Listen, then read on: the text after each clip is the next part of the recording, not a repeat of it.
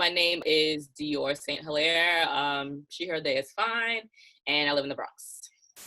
Can you give me an example of what the COVID-19 experience has been like for you? It's hard, like connecting through a screen is helpful, but it's hard. You don't realize the toll it takes on you. It wasn't until I realized I had been home for a solid 2 weeks that I was like feeling really depressed. And I was like, what's going on? So literally like the next day or next 2 days, we ended up going out to Long Island to go to the beach, socially distancing, of course. But it was good. The energy was good. The water was good. The sun was good. It, these times have just amplified even more what I've already felt and known is that we need to interact with our environment in order to be healthy, sustained humans. Have you been employed and working through this crisis? No, yep, no, I am unemployed. I lost my client around COVID, and so that was hard. That's kind of why we started like revving up a food scrap collection service to customers and to clients. And so I've been putting a lot more energy behind that effort and that initiative. I guess it goes without saying this crisis has made you more vulnerable. Can you talk a little bit about that? It put into perspective the need to always one have a backup plan, but to be like a self-determined person, meaning that I'm not putting all my eggs in one basket. I'm not relying on one particular source of income. I think it's just the, like I mentioned, the depression, like the emotional toll of your people dying around you, the emotional toll of just seeing how Black bodies are being treated around the world, especially during this time. It compacted on what I'm already dealing with and going through. That is like a recipe for just like sadness. And I have a 5-year-old that I have to be present for and joyful for and here for. So I'm mindful of all those things as well. How do you work toward healing?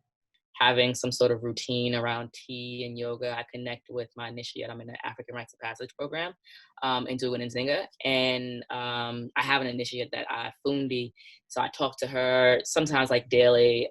Being able to be there for her is actually healing for me because, sometimes you don't realize how much you heal yourself through others as well by being able to have a mirror, a reflection of yourself. I know it's kind of a loaded question, but do you see connections between the Black Lives Matter uprisings, the COVID-19 pandemic, and climate injustice? When I think about all those things converging together, I immediately think about the South Bronx, right? Like I'm in the Bronx, I live in the Bronx, I do a lot of work around environmental justice and waste equity. And what I immediately think about is COVID, coronavirus affects the upper respiratory system.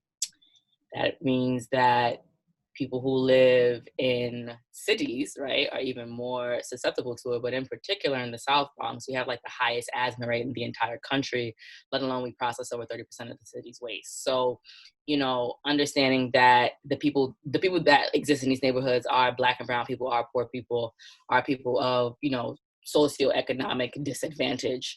As a result of the systems that are set in place. And so what I see is a convergence of all those things, right? Like I see climate crisis with poor air quality.